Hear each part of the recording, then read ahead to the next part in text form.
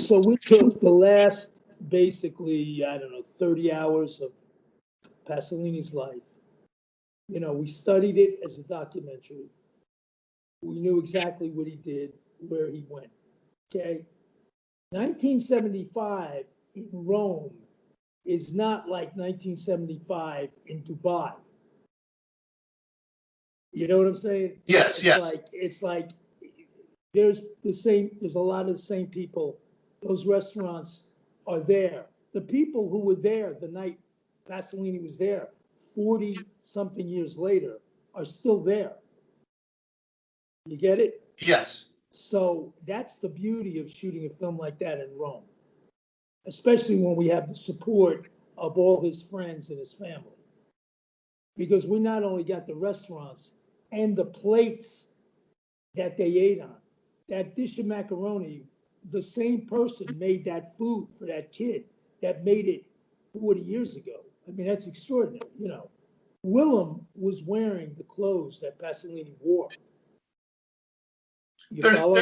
There's a shot in the movie of his desk with his diary that he had appointments on November 6th and 7th, but he died on the 2nd. Are those taken from his actual desk? That's his book. That's his book. Uh-huh. So his book was given to me, because a lot of people were telling me, oh, he knew he was going to die. And a lot of people thought, there's all kinds of crazy theories that he set up his own death.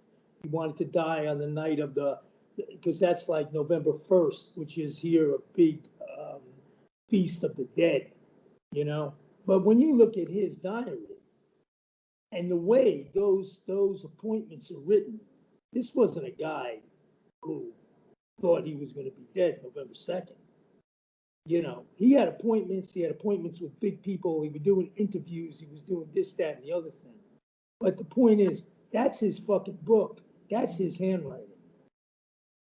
Well, you also, throughout the film, you also have him being interviewed at one point, and were those actually taken from the end? Yeah, these are all, 60, 75% of the dialogue is his, more than that, and then what's not his is, we researched to know what his, what he used to say, he was a public figure, so. It's taken from his books, it's taken from the movies he made, it's taken from the life he lived with the people there telling us what it was like. So we had it gets you so far, all this research, but at least it gets you that far, You use a song from The Barber of Seville to close out the film, the right. Cantina da Rosina. Right. But that's kind of a comical thing. It's almost in a juxtaposition to the tragedy that just happened. Was that one? Not really, because the woman was, the opera star was his lover. She was a woman who tried to get him to fall in love with a woman. She was one of his Maria friends. Callas. Yeah, Maria. her singing there. I don't think that's so funny to me. Oh, okay. It's heartbreaking. Well, that's also music that most of the music we used in this film was music that he used in other films. Like all of it, almost all of it. Not the American rock and roll, but the other stuff was basically from his soundtracks. This is music that he used to score his movies. Well, Maria Callas only ever did one film, and that was for Pasolini. Medea. Yeah, right, of course. Yeah, but she was his main squeeze. They were close. There's a movie to be made just about that relationship. Yeah. Well, talk about filming. What is the meaning of the Palazzo della Svelta? It's the what? It's the structure with all the arches. The Palazzo della Svelta. At the end. Yeah. What, they'll shot at the end? And it's right next to his house. It's a building that's very close to where he lived. But it's a Mussolini built fascist structure on one hand, with those statues and the idea of the great explorers, the great thinkers. But I'm not using it in that. I mean, when you shoot a shot like that, it means a lot of things, you know? You know, it's a beautiful shot. The clouds behind it is beautiful. Yes. Again, it's something that's in his neighborhood. He could see that building almost from outside his window. You know, it wasn't an arbitrary decision to use that. You know? Well, for a long time, his death was considered done by the one person, by that boy, and it was only, I mean, in Not your here, not here, not here. No one thought that kid killed him. okay, that was just a perception. Well, there's always a fall guy. You know what I mean? There's the fall guy. So that kid with Pelosi was the fall guy. You know?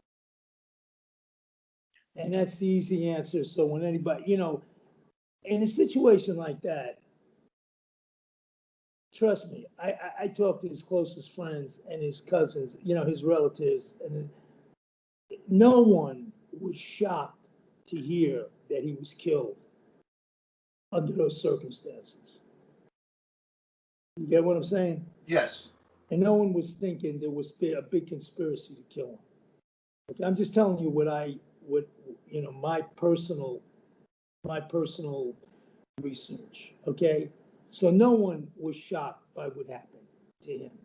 And he said it in his last interview. He's out there. He's out there. He's not writing from behind in his fucking, you know, from an ivory tower. He's in the streets with these kids. He's calling it research, or he's calling it sociological study, or whatever he is, you know. He's out there doing what he's doing for a lot of reasons, but he's taking it into some dark places. So when that happened, it's like, okay, all his boys got it. It's an easy, you know, let's just like just close the book on it. It's like, okay, they know what happened. Yeah, fine. For the rest of the world, this kid killed him by himself. You know, it's like Lee Harvey Oswald. Okay, you know, let's just put that out there.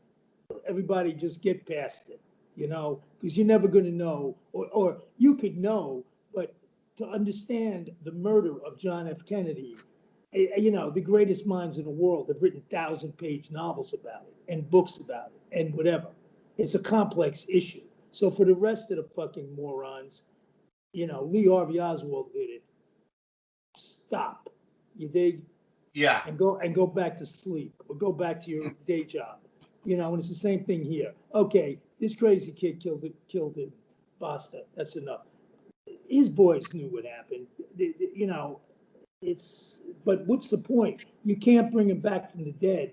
You know what I mean? So you discover who killed John Kennedy. Still, you know, a great leader died at 40 something. That's the tragedy. You know, the tragedy is Pasolini was 54. Like I said, his friends are still alive, and they're vibrant and they're vital. The guy who served him, or his friend who talked to him at the Pomodoro restaurant, that dude is still alive at 70, I don't know, 80 years old. In other words, Pasolini had another fucking 30 years of fucking, you know, shooting, man. You know, he's a movie director. You know what I'm saying? He's not Yes. playing shortstop for the fucking Texas Rangers. He's fucking, you know, he's not going to retire at 32. He can make films, you know, I mean, come on. Kurosawa, Hitchcock, the guy from, you know, Portugal. They make films till they're fucking, you know, brilliant films in their 80s, you know. Excellent. Pasolini, they took down a fucking poet in the middle, you know, at the prime of his life. That's the tragedy.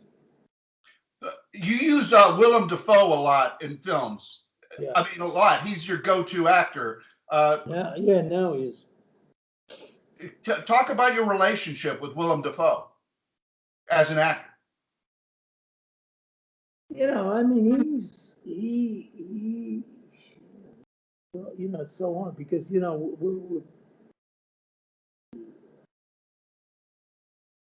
you know, he's the consummate dude, you know, I mean, he's got the intelligence, he's got the energy, the energy is it. He's got the spirit. He's like, you know, those lines on that building. He's an explorer. He's a philosopher. he's everything you want in an actor. And he's, you know, he's got the look and he's got the, you know, he's got the cred, you know, the street cred, and he earned it, you know. And, you know, together, it's like when you got a connection and everybody's, and it's happening, why switch, you know? Why, you know, the relationship between a director and an actor is, you know, is the magic of the movie. And once you got it, you know, why change horses midstream? I mean, we're like, you know, it's working, so we're gonna work it till, you know, till it's not working, you know. It's ironic because he died before Salo was released, Yeah, right. and you show a little bit of the film at the very beginning, Yeah. editing it.